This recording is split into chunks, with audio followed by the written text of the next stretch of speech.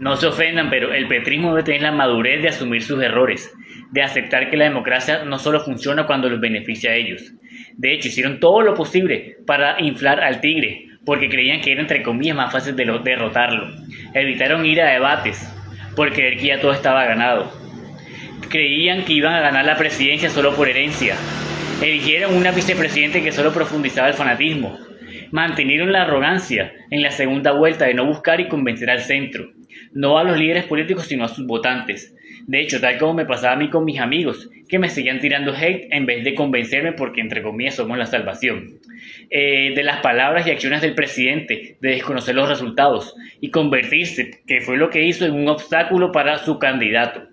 De la tibieza extrema de Cepeda de mirar al otro lado ante los escándalos de corrupción de su gobierno. Toda esa acumulación de pequeñas acciones o falta de ellas tuvieron sus consecuencias en las urnas.